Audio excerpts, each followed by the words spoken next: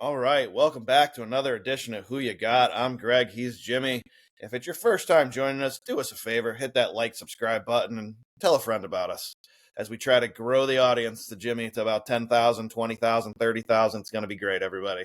And if you're joining us again, we appreciate you coming back and hanging out with us as we talk some sports, give you our opinions on some hot topics, and break down some of college football's biggest conferences this week. Remember, you can watch us on our YouTube shorts at this channel you're probably watching right now. Who You Got 33 is our handle on everything, X and Instagram as well. And please follow our buddies over at KC Sports Authority on their YouTube channel, as you can check out some of our content there and some amazing content from those guys. Jimmy, we're going to start with the biggest thing going on right now. As we record our podcast, the internet is breaking, probably due to another podcast, as Taylor Swift makes her podcasting debut. No shock here on New Heights. Yeah, I saw. Yeah, she announced her new album coming out on New Heights, and she blurted out originally, but now it's a thing, right? Well, they announced it. I don't know if it was last night or the night before. They announced it at 12/12 because it's her 12th studio album. My question is, how bad did the internet break, and how much will we read about it tomorrow? And you can answer both of these. Is Taylor Swift the biggest star we will ever see in our lifetime? Because right now, I don't even know who is a close second. Well, I don't know. I mean, I think there's a pretty good argument that Beyonce was close to as big as Taylor Swift at one point. I don't think so. I mean, she was. I don't know. I don't know. I mean, maybe her longevity as being the biggest star, I think might be a thing. Michael Jackson was huge for a while. Madonna before that when we were young. I mean, there were other people that were huge stars. I think that's in this tier, and she has created a new tier. It is absolutely incredible. No, it is. And look, all credit in the world, my God, the winners here are the Kelce brothers. You're not even kidding. Travis Kelce has won at life. The amount of money she has compared to the amount of money he has is absolutely comical. Yeah. And she did more for their podcast than they could ever possibly do for their own podcast. No question about it. Do you think she's like, hey, thanks for chipping in? Hey, we're going on vacation? That's cute. You got it? Okay.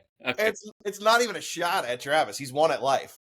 Yeah. If we could ever get him on this podcast, here's my question that I'd ask him right away. I'd be like, hey, look. What are you doing here? No, that would be the first question. Question 2 would be, Travis, here's what I want to know. You're a famous athlete, possibly the greatest tight end of all time. Won Super Bowls. When did you realize your fame was nowhere near what her fame was? I'll tell you, probably when he took, to give him credit, when he took the shot and asked her out. Oh, that's true. Yeah. Think about it. Travis Kelce could have asked most women out and been like, I'm pretty confident in the answer. Right. That's a good point. He took the shot on the one that could have been like, I don't know. Yeah. I give him all the credit in the world for that. But it used to be so Brady was the one before that, because Giselle was way richer than Tom Brady. 100%. Right? Like Tom, this prick's winning Super Bowls. He marries a supermodel, and she's paying the bills. What's happening here? Right? What? Look, my respect for Taylor Swift is this. One, I mean, she could literally say, I'm playing this 2 million seat arena and sell it out in 8 seconds. And 2, and it seems like it's genuine. She seems to be one of the nicest people on the planet. Well, I'll give her this. So I'm a big music fan in general. And whether or not you like her music, she's an unbelievable songwriter. It's you know how hard it is to write hit after hit after hit. And her songs they're good pop songs. Like they're solid, whether we want to admit it or not. She writes good music. So writes great music. You can't. That's why that's why she's popular, because she writes catchy tunes that people want to sing along to and they want to go hear live. And she's a great performer. Yeah. Well, that's just on top of it, right? But she does write good music. I've said this before around friends, so it's not something I've shied away from. But I have no problem admitting that Taylor Swift writes extremely popular music for a reason, because it's good music. She's a good songwriter. And, on top of that, she's a great performer. She puts on a great show. So she works her ass off, too. Those tours are brutal. Oh, my God. I can only imagine. Look, I'll admit it's all over my iTunes. I have many a songs by her. We might be Who You Got 33, Jimmy, but I'm always feeling 22. Hey, Travis Kelce, Yeah. Well played. Well done. Yeah. All right. Question for you, Mr. Met. Were you shocked? Because I was. I'm glad the Polar Bear is now the Mets home run leader, but I did not know that 253 would be the all-time leader for a Met in home No, runs. and I honestly, I wouldn't have guessed it was Strawberry either, if I like gun to my head. But there's a lot of like feedback coming from Yankees fans on kind of trying to troll Mets fans on like 250 is your record. Why are you celebrating this? But like Yeah. the reality is he's now the leader and he's a homegrown guy. You celebrate it. That's what you do. That's how you build. That's how you build the whatever the world war is, right? But you do it by celebrating moments like this. Build the culture, right? You celebrate these moments. A homegrown guy. He's now the home run leader.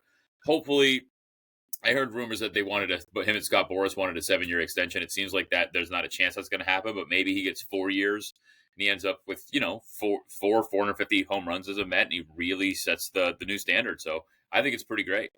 Did it shock you though that the number was so low? You would figure Yeah. guys like the Mets would have had someone there longer and maybe pop 350, 400 even. Yeah, the number does seem surprisingly low, and like I said, I wouldn't have guessed it was Strawberry. But how many homegrown Mets can you remember off the top of your head that played their career there, right? That spent an extended period of time. They signed high-end free agents, or they got rid of people too early. So I guess when you think about it like that, it sort of makes sense. But yeah, the number did seem shockingly low. Yeah, it does. And I'll be honest, I don't really know too many Mets going back in the day. Tug McGraw, that's a thing, right? I think so. Yeah. All right, so You're really digging deep. Gotta love the tugboat. Yeah. Right. But I do like the celebration. So good for the Polar Bear, and they also finally got a win in convincing fashion. They still couldn't keep him from scoring, but they scored enough to pull it out. And only your team would run out of fireworks for home runs, by the way. Only your team. I don't know if you saw that story. The last guy who hit the sixth home run, no fireworks, no apple. He ran out. Store's closed, boys. Yeah, Steve Cohen's got plenty of money for fireworks. I know. So how do you run out of fireworks? Things to go that well. But hey, good for them. Right now they're getting completely rained out. I don't know if that game's going to actually happen or not tonight, but good to see them get a win. We'll be double dipping some other day. Yeah. All right, I got to give a shout out to one of our YouTube watchers, at Greg Raymond 0819. Thank you. He pointed out we were talking about Fleetwood trying to go lefty and break 100. Mm-hmm. DJ Singh actually plays from both sides and can do it, and like in his prime, did it under par. That's got to be a one-off thing, though, like a switch hitter. That's not just a regular. Amazing. Yeah, it is amazing. Yes, it certainly is. And I looked it up, and I saw some shots VJ hit from the left side. I mean, it was like, you got to be kidding. How can someone be this good at golf, and I can't even hit it 8 feet? I mean, if you're that good with both ways, wouldn't you have a couple of different clubs in your bag, depending on your lie? He might have. Right? Who knows? And he might now. But yeah, I mean, he can play from both sides. Crazy. Yeah, it's impressive. Not a lot of people are ambidextrous in that way. So thank you for that, and thank you. Watch more shorts. Hopefully you're watching the long episode. We appreciate you. Anyone with a attention span over 3 minutes, we appreciate you tuning in. Not a lot of that out there. There's not anymore. All right, before we start previewing some of the conferences, I get 2 other things. First, I don't know if you saw this, but this is another one of you can't make this shit up. So a guy was out at Pebble Beach, Jimmy, playing a round of golf. It cost $650 around there, by the way, so it isn't a cheap day. And the seagulls are kind of known there for being pests, and seagull swoops down, takes this poor guy's wallet, flies off. The guy's yelling, drop the wallet, drop the wallet. And the bird did, except he dropped it in the Pacific. I did not see that. That's pretty awesome. It's on Twitter. I mean, it's great. It is. The round just got a lot more expensive. Yeah, I just and I don't know. Pebble Beach, right? There's just huge cliffs that drop off. There's no climbing down there to get it. Yeah, it's gone. It's gone. He's playing Pebble Beach. He's probably got the money to replace his wallet and said items inside. Would really suck if you saved up for years to get to Pebble Beach and Seagull I think it looked like hole 9. I think it was the 9th hole. Just took his wallet, dropped it right into the ocean. Well done. We're not a huge fan of you yawning on the podcast. People want to know that you're ready to go here. Hey, look, I'm ready. We're on video now. This ain't just audio anymore. Hey, sometimes you yawn. Just gotta get it out. I feel like I'm on my game when I'm tired. That's when I feel a little more spry. Before we get to the Big Ten, our favorite conference, well, one of them, we're going to give a shout out to another one of our loyal listeners, Our boy who came for us a few episodes ago, Danbury Dave. Our boy got engaged this weekend. Well done, Danbury Dave. I'm sure you outkicked your coverage. I know you well. So it seems like something you'd do. Yeah, congratulations, Dave. Jimmy didn't sound too enthusiastic there, Dave. We'll talk to him off air about that. Well, I mean, it feels like, decisions in life. Yeah, well, Dave, fuck my marriage. It's not great. Yeah. No, listen. Just kidding. To the wise. Yeah, absolutely. We're Love absolutely. you. Yeah, we won't give out your names on air. Yeah. We don't want you to be trolled. All right. Jimmy, Big Ten. I've already taken some heat because I've proclaimed that Penn State is good and Franklin's not as bad as they say. But so people are going to troll me again, I'm sure. But let's break down this conference. We got 3 teams that have win totals of 10.5. That's the first thing that jumps out at me. Ohio State, Penn State, Oregon. But let's go through team by team and kind of get the opinions here on what you think. It should only take about 3.5 hours with all the teams in the Big Ten, so let's go. Yeah, we'll break this episode into 27 parts. It's gonna be a good. Yeah, all right. This is roughly 50% of the total teams in the NCAA now playing the Big Ten, so let's get after it. We're gonna start with the Fighting Illini. Now, I love the coach. They're the projected 7th out of 18 people in the 18 teams in the Big Ten. Seems interesting. They're returning 19 starters, 10 on offense, including the QB, and 9 on defense. They went 10-3 last year.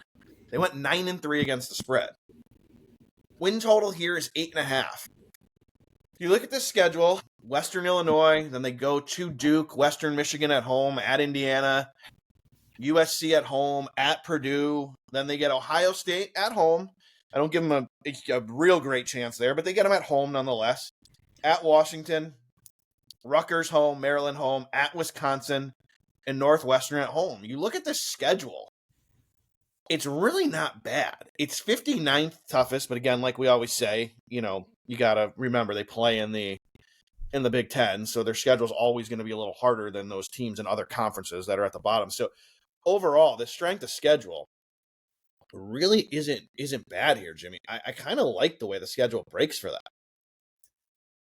Yeah, I mean, like you said, the other benefit to having so many teams, right, is that even your conference games, you're just going to pull a few easier matchups. I still think the 8.5 win, it probably ends up under. I like the fact that, the quarterback has shown great improvement. He was a transfer from Ole Miss. I like quarterbacks. It's the Bo Nix effect. The guys that stay in college for a while, if you see the improvement year over year, that's generally a good sign.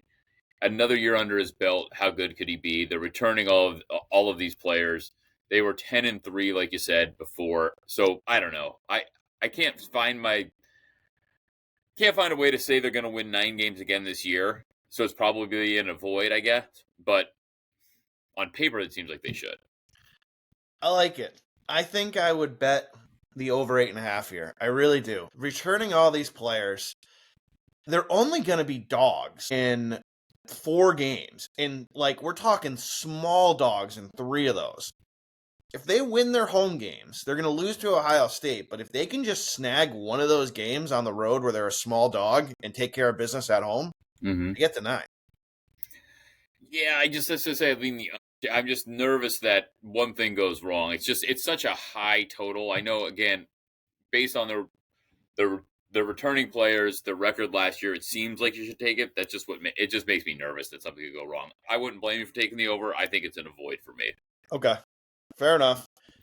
All right. The Hoosiers, the surprise team last year, 11-2. They were 9-4 against the spread. We got the coach in his second year, had a great first year. They're only returning 15, 8 on offense, 7 on defense. The quarterback not coming back. You look at the schedule, they rate them not too hard here, 57th. Old Dominion, they start out with an absolute joke of a schedule, let's be honest. Old Dominion, Kennesaw, Indiana State, Illinois, all at home. Illinois is going to be a game. That's going to be the game that probably decides the win total for both these teams because they're both set at 8.5. Then they go to at Iowa, at Oregon, Michigan State at home, UCLA at home, at Maryland, at Penn State, Wisconsin, at Purdue. I think their schedule is just a touch harder than Illinois. They get Illinois at home, I guess, which could be the deciding factor in which one of these teams maybe win 9. I don't love this Indiana team, Jimmy. I'm going to be honest with you. I like the under here. I think they're definitely losing at Oregon. They're definitely losing at Penn State. So you can put 2 right there, and then I think they'll stub their toe 1 or 2 more times. I think Illinois is going to beat them. That's why I like Illinois' win total over and Indiana's under. Yeah, the only thing I like about Indiana is their coach. I don't know if you remember the Signetti memes last year in his interviews. He's got the thick Pittsburgh accent. Well, we going down there, we got the plane, we whooped their ass, we got on the thing, we done it's fantastic. It's absolutely fantastic. So I'll tune in to watch the coach give his perspective on everything. But beyond that, yeah, give me the under. Indiana's not a football program. Now he's allegedly a great coach. He's won everywhere he's been, and that's why he did here. So maybe he can do it. You don't have enough people coming back. You don't have the quarterback. You're still playing in the Big Ten. Yeah, Old Dominion and Kennesaw State aren't exactly storied franchises. Indiana State not much better, but it does seem like a risk. I again would probably avoid this bet, but tune in for Curt Cignetti. Yeah, no, he is must watch TV for sure. All right, Iowa, 8-5 last year, 6-6 and 1 against the spread, only returning 11, 6 offense, 5 defense. They're starting out really, really with a tough game. They scheduled Albany at home, where they'll be a 700-point favorite, so they should get off to a 1-0 start. Schedule's not easy. At Iowa State jumps out. They have Penn State. They have Oregon. I know they're both at home, but they're still got to play them. They go to USC. There'll be a dog there. They got to go to Nebraska. Coin flip probably at Wisconsin. Whew. This schedule is not friendly. And for me, I am not touching them to win over 7.5 games. It would be an under for me on Iowa this year. Yeah, I mean, when they got Cade McNamara from Michigan last year, I thought, hey, maybe they've got a chance, but he kind of did what he did in Michigan and was, a good football player, not a great quarterback, right? And that's what they needed. They went back to the transfer portal again this year as he's no longer there. I would avoid Iowa, and they're, 7.5 I would go under. I think 35-1 for the conference and plus 900 to make the playoffs is not great value in either one. I would just avoid them altogether. All right, next up on the board is Maryland, 4-8 last year. They were also 4-8 against the spread, not in the good way, in the bad way. This, I don't know about this. They're returning 10, 6 offense, 4 defense. They weren't a great team last year. Win total's only 4.5. They're going to be big favorites against Florida Atlantic and probably Northern Illinois, and then they get Towson, which they're going to pound most likely. Those are the only 3 games they're going to be favored in. It looks like every game in the Big Ten they're going to be dogs, right? Yeah, they're gonna get to 3-0. You're gonna be like, hey, it's a live dog here. Yeah. My over 4.5. Yeah, my over 4.5 is gonna be great. And then it's gonna be death by 1,000 paper cuts for your money. So. It really is. Yeah, I mean, it's going to get to that home game. You know what? They're probably going to be sitting at 4-7, and they get Michigan State at home, and Michigan State's going to come in and just this is the one. This is Michigan State, unless Jeff Smoker's rocking through the door. Kirk Cousins, this is a win. That's a win. And then it's a loss, and your money's gone.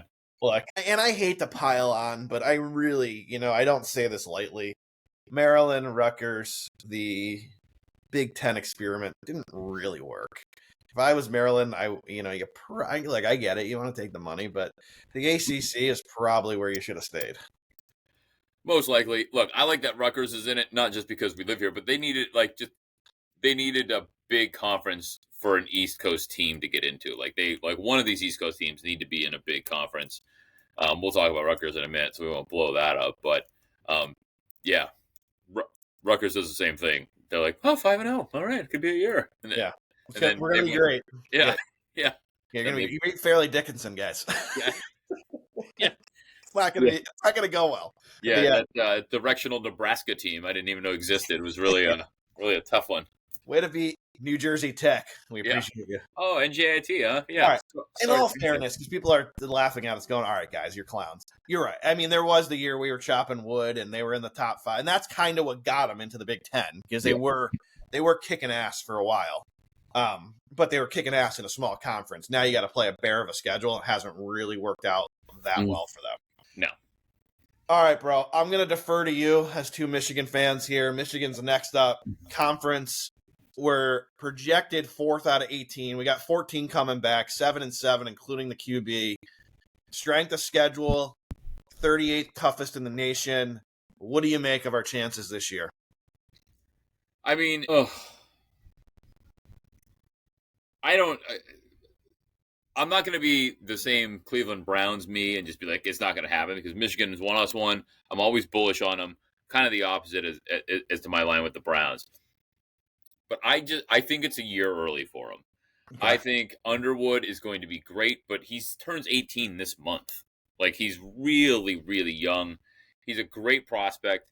Hopefully he sticks it out, doesn't enter the transfer portal, and becomes as good as we think he could be. The defense is good. Obviously, we lost Mason Graham, Kenneth Grant, but they're still stacked. They've got a couple people in the transfer portal there as well. I'll bore you with the details. Will Johnson, of course, was drafted. I was hoping the Browns would take him at corner, even though he had some. They lost a few pieces. I think they're still going to be good. I think they're going to be competitive. I certainly hope I can take the over 8.5. So that I would play, because I think that will hit. To win the conference at plus 800, I'm out on that. And to make the playoffs at plus 200, it's not enough juice. If it was plus 4 or 5, I might be in on the playoffs. But I do like the over 8.5. I think they win 9 games this year. All right. Okay. And Wink Martindale's a great defensive coordinator. Like, I'm with you. Yeah. Here's my breakdown of the Michigan season. I think obviously they're going to get off to a win against New Mexico at home. I think they're going to beat Oklahoma on the road, believe it or not. I really do. I feel good about it. I think we get Central Michigan, we get Nebraska, we get Wisconsin at home, we beat USC on the road. We're going to beat Washington at home. We're going to beat Michigan State. We're going to beat Purdue. It's 9. We're going to beat Northwestern. We're going to beat Maryland. The only tough game on the schedule, to me, is the last one of the year. And here's the only reason I'm not going to play the conference, because I don't know if we're good enough to beat Ohio State this year. But the fact that we avoid Oregon and we avoid Penn State, I love the over here for the win. This is one of my ones that I would tell you, pound the over 8.5. They are going to be favored in every game but one this year. The only one they're not going to be favored, Jimmy, is Ohio State at home. That's the only one. I mean, you make a really good case. If we went into that final game undefeated against Ohio State, I mean, wow, would that be fantastic? Yeah, and we might make the title game. My problem is I don't think we're going to win the title game. Now, I can tell you this. If you get to the title game, you're not going to get them at plus 800, obviously. So it's a great bet. You might get a cash out opportunity. You might get a hedge opportunity. But I really don't hate them plus 200 to make the playoffs, for the simple reason is if Michigan goes 10-2 or 11-1, it might be tough to leave out Michigan because of their name. Just like a Notre Dame. If Notre Dame goes 10-2, they're in the playoffs. I'll tell you that right now. I like it. I think the problem is, and this is something you've pointed out before, it's tough to tie up, unless you're making a big play and you're really confident, tying up that much money at 2-1, like for the rest of the season. And that's kind of where I back off it. Unless you want to make a big play. If you feel that good about it and it's going to be a, 4 or 5 unit play, then sure, it's worth waiting it out, right? But if it's a single play, it seems like too little to tie it up. I'm throwing 10 units for me. Awesome. On the over. 8.5 minutes. I love it. I'm gonna the who you got will join it. I think this. Look at the schedule, Jimmy. Yeah, you're not wrong. Look, at USC worries me because we don't know what they're going to look like right now, and it's a long ways away, right? It's a big travel. So that game worries me a little bit.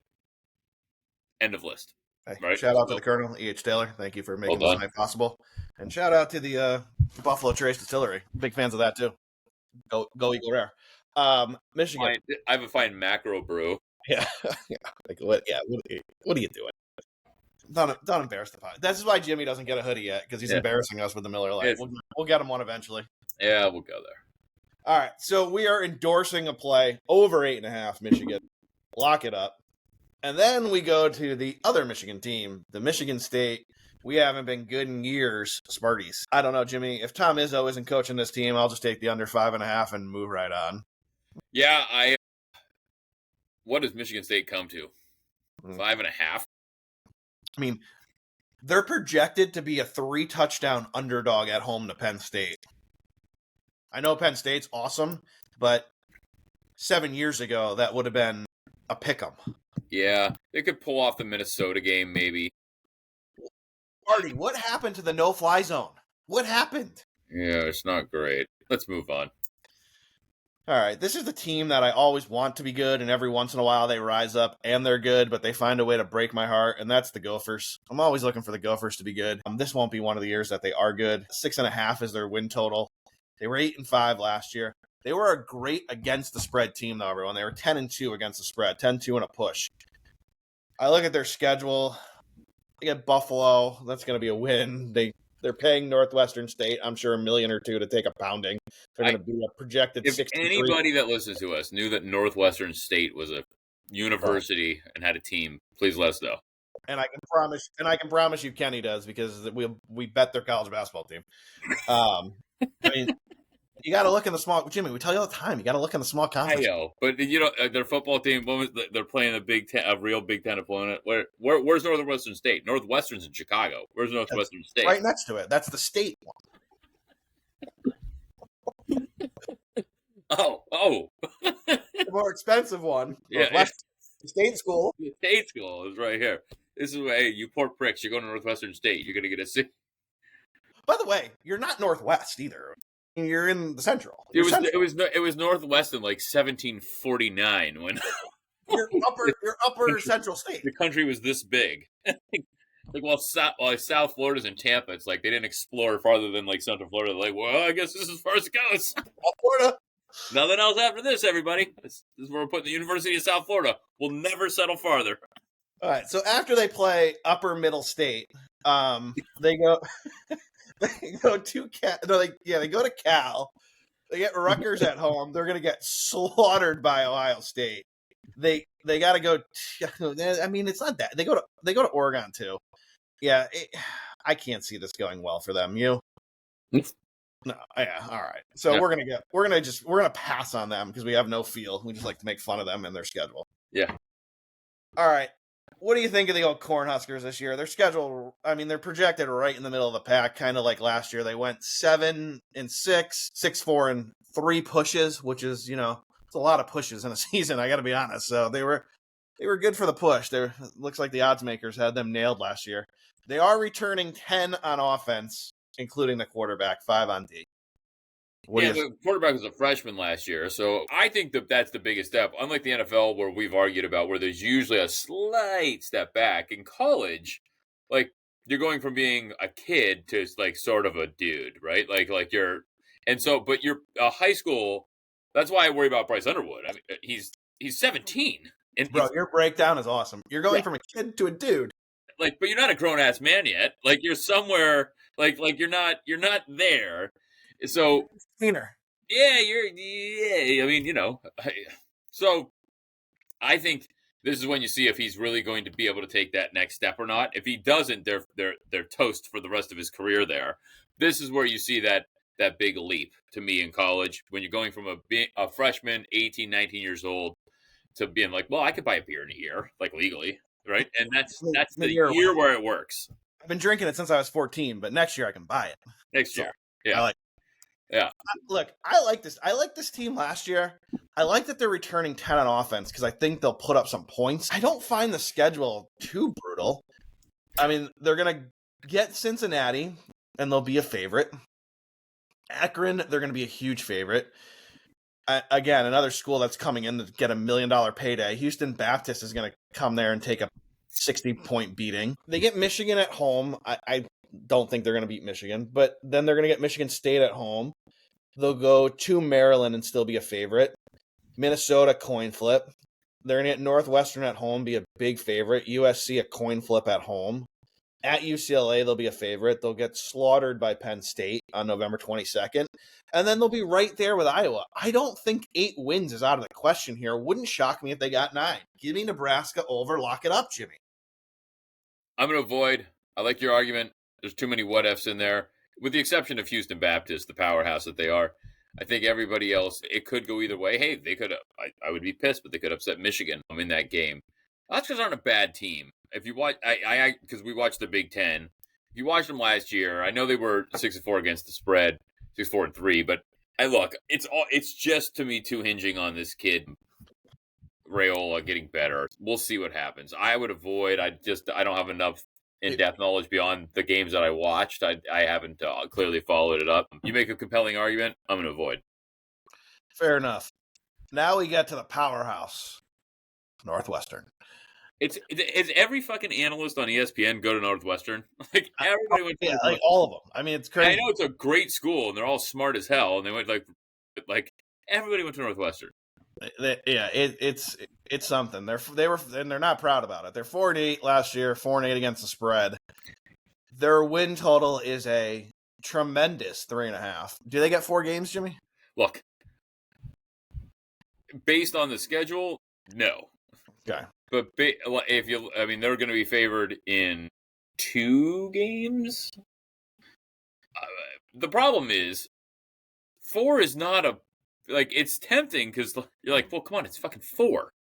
Right. They are playing a couple shitty sort of teams. Western Illinois will be a 40-point dog, and that'll be the 40-point dog that wins this year. Yeah. And then LA Monroe, we'll be betting them on October 4th. This Northwestern team's terrible. They're just no good anymore. It's just they're begging you to take it at 3.5. Like, who's not like, well, they're a real school, right? Like, it exists. Okay. They're not. They're in the Big Ten. They got to win 4 games. They don't. Yeah, they're not going to. They're 300-1 to win the conference for a reason. Their offense has to take a tremendous step forward. They were 129th last year. They averaged 16.6 points a game. I mean, that's just awful, especially when your defense isn't very good either, and you're giving up almost 30 points a game. Yeah, so yeah, you just can't. Not with this team. All right, we're gonna say avoid, but Godspeed to you if you want to go with the over. All right, here's where I'll disagree with the projections. Ryan Day back for his 7th season. They're projected number 1, number 2 nationally. They're returning only 9 starters, 6 on offense, 11 new QB this year, 3 on defense. Coming off the national championship. Last year, the defense was the best in the country at the end of the year, and the offense was number 9 in the country. They are plus 190 to win the conference. They are minus 400 to make the playoff. You look at this schedule, they get Penn State at home, which is a huge break. They go to Michigan. They'll be favored in both those games. They get Texas at home. They'll be favored in that game slightly. What do you make of Ohio State this year? I mean, the Texas game should be a pretty... I mean, they're going to be a slight favorite, but that's a big game. I hope you're right. I hope... Hook 'em. I hope Arch Manning comes and just fucking slaughters them, right? Picks them apart. I don't think this guy's a great coach. Everyone does. I don't like him. I don't think he's great. I think he gets away with not winning big games. I don't know why, but he seems to. They're going to go, at best, they're going 10-2 this year. They're losing 2 of those 3 games. I'm calling it right now, barring injury. You got to always put that disclaimer out on August 13th. Penn State goes to the horseshoe, Franklin beats them, and everyone gets off that guy's back. Lock that one up, too. Ohio State under the win total. Eat me, Ohio State. Look, God, I really hope you're right. Texas, Penn State, Michigan, those are the 3. They'll lose 2 of those 3. Hopefully they'll lose all 3 of them. Horns up. Yeah. Horns up. All right. We'll end there. As you can tell, we hate Ohio State, so we're just going to move right along to quack, quack, quack, quack, quack. The Ducks, 13-1 last year, do what they do best, losing the playoffs. 6 coming back on D, 8 on offense. Again, you look at this team, they had a great season last year. They were the 8th best offense, 16th ranked defense. They're plus 320 to win the conference, minus 270 to make the playoff. I got to be honest with you. I like the under win total here. I think they take a little bit of a step back this year. They're not returning a ton. The schedule isn't great. Like, I don't love this schedule when you really dive into it. They have to go to Penn State. I mean, they go to Iowa. I know they'll be a favorite, but Iowa's never fun to play. What do you think of the schedule? What do you think of this team? Well, the 10.5 is just too many. I mean, look, I think that, first of all, Dylan Gabriel's gone. He's living his best life in Cleveland, Ohio. Poor bastard. Go ahead. What a poor prick. Of all the teams. I mean, and this isn't exactly, the travel schedule's not great. I mean, look, it's a historically storied Big Ten school, right? The Oregon Ducks. Hey, do you think it went like this? Just be honest. Phone rings. Dylan Gabriel here. Cleveland Browns. Dylan, we're going to take you in the third round. I'd rather you did. Probably said, sorry, who? Hang up the phone. Yeah. But yeah, so the Ducks,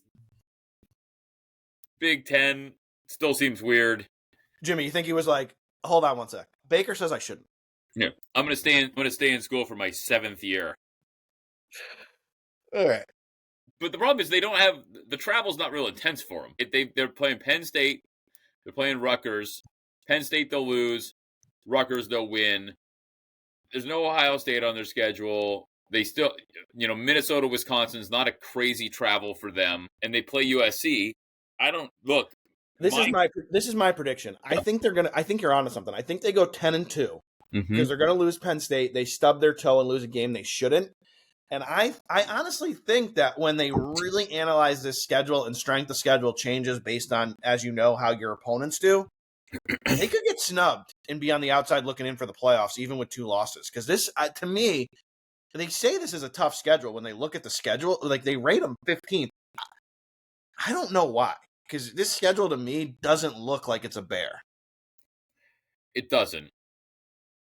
I mean, Montana State, Oklahoma State, who we talked about last show, Northwestern, who we just got done slamming, and then Oregon State, who apparently is going to be terrible this year after their quarterback transferred. Just say they lose to Penn State and they stub their toe as well. I think it's under. I'm not going to bet on 11 wins. I'm with you. All right. Let's skip one mystery team for a minute. We'll come back to them at the end. Let's go to Purdue. They were awesome last year. They were 1-11, and they managed to go 3-9 against the spread. They're rightfully projected to be 18 out of 18 in this conference. It's cruel that they're 500-1 to win the conference. DraftKings would be nice if they added about 5 zeros. Their win total is 3.5, and in my opinion, you can slam the under. This team is atrocious. They were 100 in offense last year, and their defense said, hey, you know what? We're going to help you out. We're going to come in 132nd. Not good. Not good. I don't see any improvement. Not much more to say on this team. If you're going to bet it, I'd bet the under. They're going to be a dog in probably every game but the first 2, and it wouldn't shock me if Ball State or the Salukis upset them. I agree. Take the under. Yeah, Southern Illinois is going to get them in the second game of the season. Wouldn't shock me if one of those 2 did. The Salukis could definitely get them. Well, I mean, 3-9 against the spread. You think they were like 3-8, and somebody's like, they got to turn it around this week. They slammed Purdue in the last game. They're going to get one. All right. Keep doing it to us. Well, it's time to chop that wood. Here's the Scarlet Knights. 7-6 last year, 7-5-1 against the spread. Shiano is back. Where he belongs at Rutgers. They're returning 16, not on offense, including the QB. Last year was a mediocre season at best for them. Their schedule's not great. I'm not going to lie. They got a lot of tough games on this schedule, and what really stands out is the last 2. They get at Ohio State and then Penn State at home, and Penn State could be looking to get into the championship game that last week. That's probably going to be a must-win for Penn State. They have to play the Ducks as well. They get them at home on October 18th. We should go watch them get pounded by the Ducks. That would be fun. Win total's 5.5. When you look at the schedule, could they get to 6? Yeah, I'm probably going to avoid Rutgers altogether. Do you like them to get 6 wins? We obviously don't like them to win the conference or any of that stuff, but what about their win total? I do, and here's why. Go ahead. Sell me. This is what's going to happen. They're going to be 3-0, because that's what they always are. Sometimes they're 4-0, okay? But they got Iowa, Minnesota, Washington. They'll be a dog at each one of those, but they're going to get one of those 3, and that takes them to 5. And then they're going to beat Purdue, that we just talked about. Yep. And there's your 6. So one of those three, they're going to be 3-0, and they're going to beat either Iowa, Minnesota, or Washington. They're going to beat one of them, and then they're going to beat Purdue, and you got 6 wins. Give me the over. Jimmy says lock it up. Lock it up. He's away. Loves Rutgers. You're welcome, Anthony. There you go. Yeah, you're welcome, Anthony. I'll be rooting against you hard. All right, UCLA Bruins. 5-7 last year, 6-6 against the spread. They seem to always disappoint. They're projected to not have a great season this year. 14. Their win total's 5.5. Projected 14th is what I meant in the conference standings. I look at their schedule. I kind of look at last year where, their defense wasn't terrible, 59th in the country. Their offense was atrocious, 103rd. They just couldn't score. You look at this schedule and, Utah at home. Utah should be pretty good this year. I don't care that it's at home. It's the first game. Jimmy, they're not returning many people. 4 on offense, 6 on D, new quarterback. They go to at UNLV. Everyone, UNLV's not a bad football team. They can win games, especially at home. Then they get New Mexico at home. They should get a win. Then they play awful Northwestern. Then they get Penn State. That's not going to be pretty. They got to go to Indiana. That won't be pretty. They got to go to Ohio State. That won't be pretty. And then USC, the last game, should be a big favorite at home. So Godspeed, UCLA. I don't think you're going to have a great year. I'm not going to bet it, but if I was, I'd go under 5.5. Yeah, I'm going to avoid. I can't believe we're still talking about the Big Ten. How many fucking teams do we have? I mean, holy shit. It never ends. The UCLA. Never. Yeah. No, that's the problem, though. And I'm trying to be funny. We look at all of these teams, but there's so many teams in the Big Ten that, no, I don't think the Bruins can do much, right? They haven't in a while. I don't know why we'd expect them to all of a sudden break through. They were bad last year. That's the best thing that could happen to them is they're only returning 4 starters on offense because they were terrible with the ones that they had. So maybe they'll be better, but it's way too dicey to bet. So it's an avoid. The good thing from a betting standpoint, though, and I made this point on a previous episode, and I'll say it again, and I'll say it next week when we preview the SEC, is because you have 18 teams and because, hey, there is let me see what it is here. It'll be unfair, but there is a 22-1 chance that a USC could win the conference or a 200-1 chance that UCLA could. You get better odds on the top teams where you'll get plus 180 on Ohio State instead of minus 110. And you'll get plus 200 and something on Penn State instead of plus 115. So that's the only good thing because people will take shots on these big dogs. So we get a little better price if you like a favorite. So I do like that part of it. All right. Yeah, it makes sense to me. And look, all joking aside, that's what it is. It's joking about how this thing's ballooned over the years, and now there's going to be 4. It's going to be like 4 divisions in college football. Exactly what it's going to be very soon, right? And I hope we go to some kind of format where it's a conference playoff, and then you get into the. That would be great. I think that would be fun. Where if it does go to 4, maybe there's a 6-team playoff in each league, and then one team represents the Final Four. Yeah, that'd be great. Fun. It'll never happen because the SEC is going to say, we have the best 15 out of teams in America. I can already hear it. Anyways, we'll get to that next week when we talk about the SEC and that. And no shot at the SEC. I think the SEC is a great conference, but I think the Big Ten can be just as good at the top. That's all I'll say. The bottom half of the SEC, absolutely. No one can compete with you, top to bottom. But you don't have the best 15 teams. Let's be honest. The top half of the other conferences are okay. Anyways, Lincoln Riley back 4th year at USC, 7-6 last year, 8-5 against the spread. He's returning a bunch. 9 on offense, Jimmy, 7 on defense. Quarterback is coming back. Schedule they rate as the 19th toughest. Win total here, 7.5. Last year, again, not atrocious. They were 40th in the country offense. They put up 30 points a game, and they were 46th in defense. So they were respectable, I'd say, on both sides of the ball. They had an average season. When I look at the schedule, they should get off to a 4-0 start because the schedule is not that hard at the beginning. They go to Illinois. That's going to be a coin flip. I think Michigan will beat them even in their place. I don't think they're going to beat Notre Dame or be competitive there. I don't. I think they'll get pounded there. Oregon's going to be another tough game for them. But I got to tell you, when I look at the schedule, I think 8 wins is very achievable. So I would play the over on the Trojans.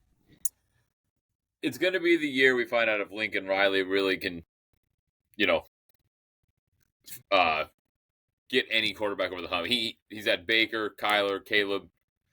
He's coached 3 Heisman Trophy winners. Right. So he's got this kid who went 3-1 to end the season. He's a clear starter this year.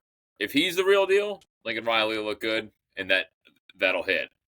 If the quarterback isn't, Lincoln Riley won't, and it's not going to happen. And by the way,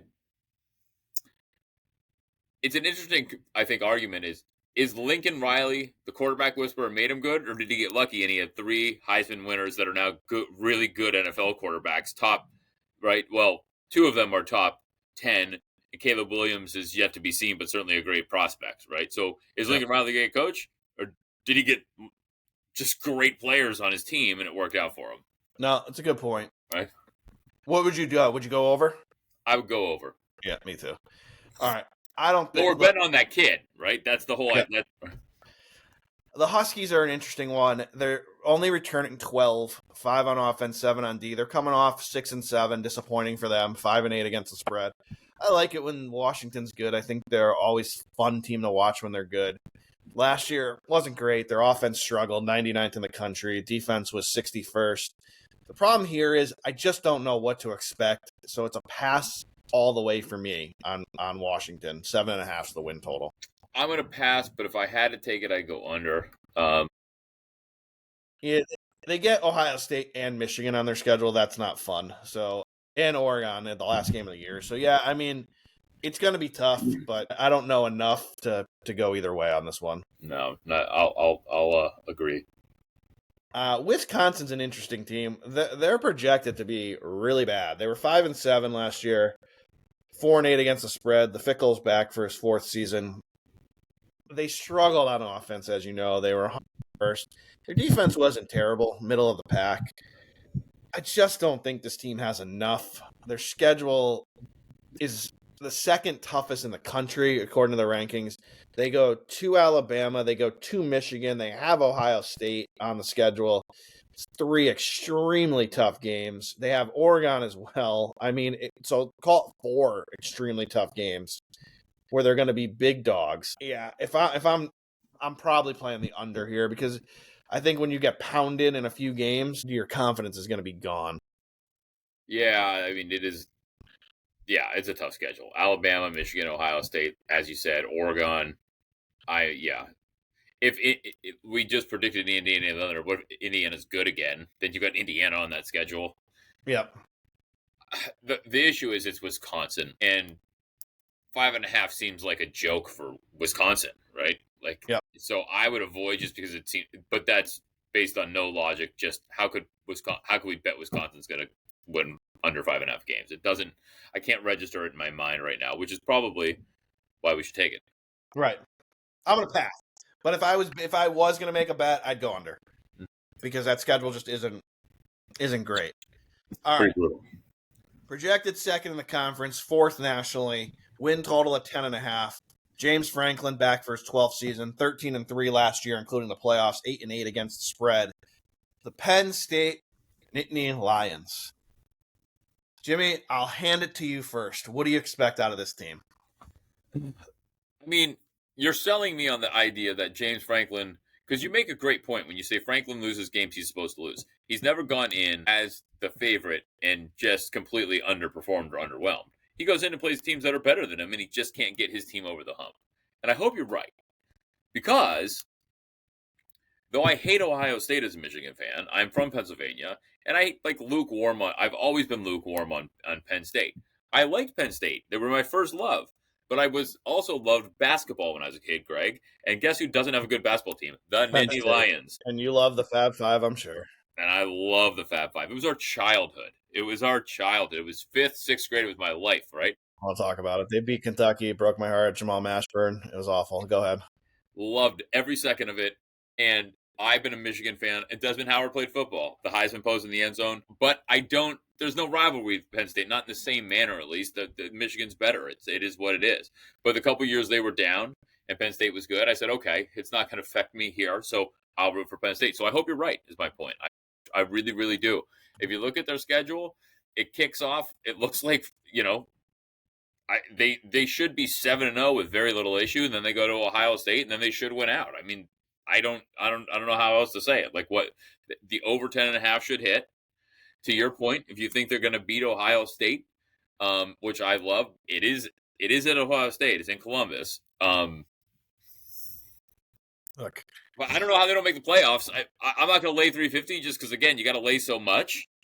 you put them in every parlay you have. Penn Yeah, State's making there the you go. playoffs. Yeah. The worst case scenario, this team's going 11-1. You think they're going to beat Ohio State? I do. I think you can play this game in Ryan Day's backyard and Penn State's winning. I don't. I think this team has a shot to go 12-0. At worst, they're going 11-1. They are winning this conference championship. This is the year Franklin delivers in season number 12. And I'm not even gonna bullshit you. Plus 750, 800 some places. This is your national championship. Lock it up. Penn State wins it all. Look, I love it. I hope you're wrong and Michigan wins it all, but because we know that's probably not their year, it'd be fantastic if that happened. People are talking about Drew Aller like he's one of the best quarterbacks. I mean, one of the best quarterbacks now in college football. He's and good, and he's a great game manager. He's another one who takes a lot of shit that's undeserved. This guy because he lost the big games. That's he's a good quarterback. He's going to be a Heisman candidate. I'm telling you right now. Yeah, that's what they're saying. Yeah. National champion. The defense is going to reload. I know they got a few pieces to replace. Penn State's always got a good D. I'm not even worried that they're only returning 6 starters and Carter's gone. Not worried about it. Lock it up. This team has the most talent in the country. If the uniform said Ohio State, Alabama, Michigan, they would be number 1 in the country preseason. The problem is they're Penn State. That's why they're number 4. Yeah. If it said Texas, they'd be number 1.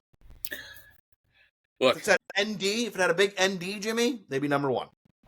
They are the most talented team in the country, top to bottom. Hey, I think it's a great argument. I like it. It's just a fucking fact. It's not an argument. They are the most talented team in the goddamn country. Now, will they deliver on it? Some people are going to say no. I say yes. This is your national champion. All right. Lock it in. Now go bet them, everybody. And then you can yell at me in January. It's fine. I hate to break it to you. I've been wrong before. Yeah. Well, the only reason I didn't take a pounding 2 years ago is because I said LSU was going to win it. They didn't, but I gave out Daniels as the Heisman Trophy, and you got 9-1. So I said, leave me alone. All right. I'm going to give one more quick one. We won't break down the whole conference, but I do have a pick. Jimmy's going to say, God, do you really care about Conference USA? And the answer is yes, I do. I got a pick. I really, really, really think Liberty, they're even money, but they're a great bet. They are so far the best team in this conference. Don't listen to the West Kentucky bullshit. Liberty is so far the best team in this conference. Get them at even money now. Put them in parlays. Parlay them with Penn State. I'm telling you right now, give me Liberty or give me death. Lock them up. Liberty wins. Conference USA. We don't even need to preview it, Jimmy. If you're betting the Hilltoppers, rip your ticket up. Greg, Liberty. Here's the good news. Nobody's listening to Western Kentucky's bullshit because nobody knows they exist. There's experts out there that say they're going to win this damn thing, and there are. But I don't think it's close. I think Liberty is just so much better. It's not even funny. Well, I want to talk about the University of Texas El Paso for a little while. So if we could jump into that, good. Yeah, you want to talk about the UTEPers? We can do that. No. I'll avoid. Let's take Greg at his word that Liberty's going to pull this out. UTEP's a good against the spread team. Like every once in a while. Those boys from UTEP, they can do it. They can play with some boys. Yeah, the Delaware Fighting Joe Flacco's could maybe put something together too. You know, Blue Hens aren't bad. Yeah, I'm going to tell you right now. But I'll tell you right now. Look, everybody, UTEP Miners, they were 5-7 against the spread last year. I'll tell you right now. I think Texas laying 47, too many points. You take the Miners. You grab the 47, cash the ticket. I like it. I like your style. All right. We appreciate you listening to another episode. We're going to be back next week. Break down the SEC for you. Again, please hit that like and subscribe button if you enjoyed the show. Follow us on Instagram and at X at WhoYouGot33. I don't know why I keep saying Instagram. Jimmy tells me he's going to start using it. He hasn't. But eventually, it's going to be there. I promise you. Look, you can now watch our show and follow our guys at KC Sports Authority on their YouTube channel. And please watch our YouTube shorts and subscribe to us on YouTube, please, because we only have a few subscribers and we'd like to get that number up to 5 million. Thank you. All right. And as always, please keep sending your comments and questions our way at whoyougot33@gmail. We love the questions. We love the comments. We love the trolls. We love it all. Jimmy, any final words? Go UTEP. Yeah, we love UTEP. Good luck, everybody. Let's cash some tickets. Go bet Penn State. Parlay them to make the playoff. Put them with the Bills to win the AFC East. No way both of those things don't happen. And remember, for our total bettors, it's never under till it's over.